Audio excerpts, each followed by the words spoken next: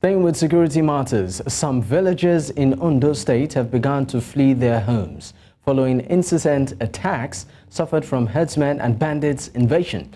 This had become the fate of residents in some villages in the state after long-time reported cases of attacks, kidnapping, and sometimes killing, which have continued to disrupt business activities, undermine food security, displace a large number of inhabitants, and also cast heavy doubt on the safety of lives and property. Research has shown that over 4,000 farmers have been killed in southwestern part of Nigeria from 2015 to date. According to the Armed Conflict Location and Event data, Nigeria has lost not less than 8,343 persons to the farmers-herders conflict since 2005. To discuss this, we are joined by Barrister Sam Otobo-Eze, a security and safety consultant. Thank you so much for your time. Thank you.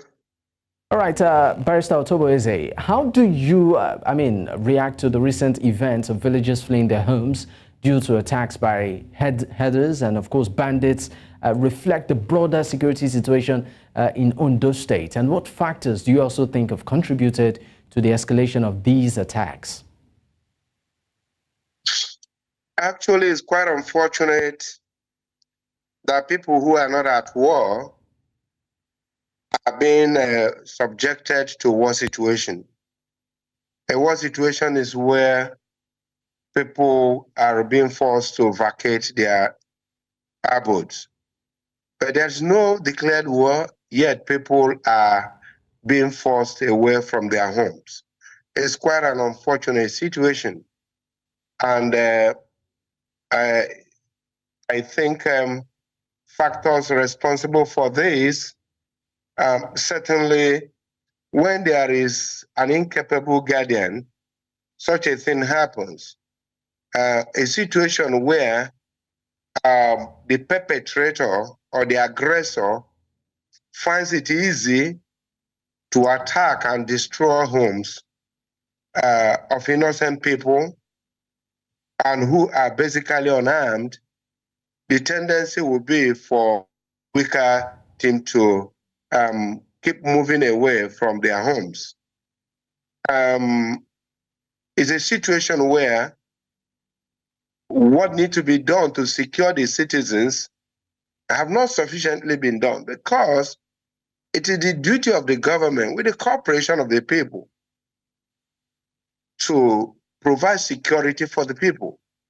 So for such to be happening in a state or in a country where there's no war, it means a lot more needs to be done.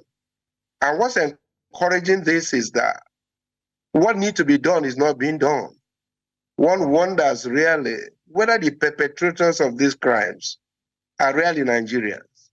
Because I know before some of us were born, before independence, herders were there in the country.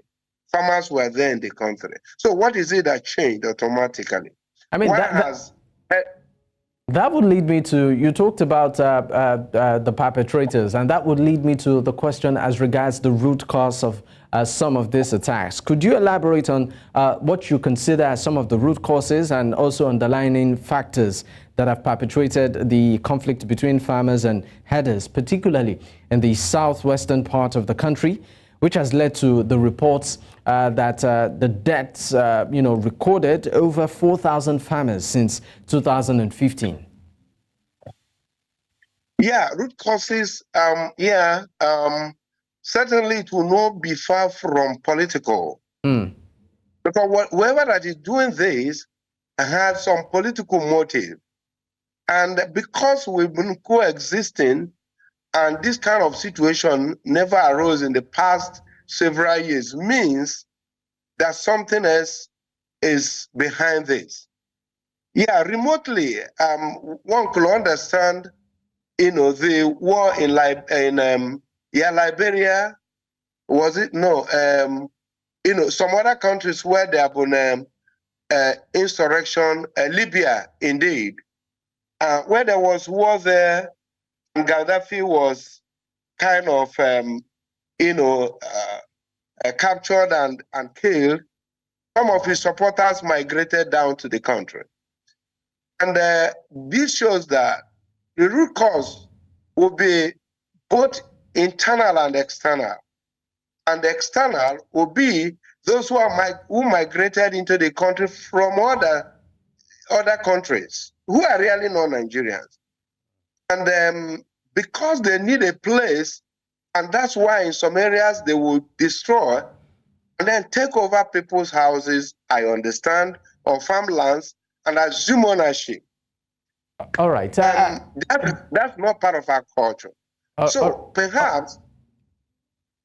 All right, Barrister, because we're pressed for time, I would, of course, want to proceed to asking, looking at the efforts of the government. We know that the late governor of the state, that's Rotimi Akeredolu, was very, very assertive when it came to repelling these people. It was one of those that pushed, or one of the front voices then, that pushed for the Amotekun Corps, which, of course, the aim was to repel issues like this and prevent them from happening. But, I mean, since his passing, we know that his deputy is vice. Before, the late governor, passed, it seemed like these attacks had simmered. But, now we are seeing it come up again. What do you think is happening? Is it that maybe because of a change in power, these assailants feel that it's a leeway for them, or they feel the current government or governor is not as assertive as the, previous one? What exactly do you see as a reason for the effrontery for this recent attack? Yeah, I wouldn't want to go judgmental on the capacity of the current governor to deal with the situation, but I can rather want to say that this, granted that the former governor was very, was really strong on stopping all this, but at a time, it didn't mean that they were decimated. They just kind of continued to arm themselves and grow in size and prepare for counterattack.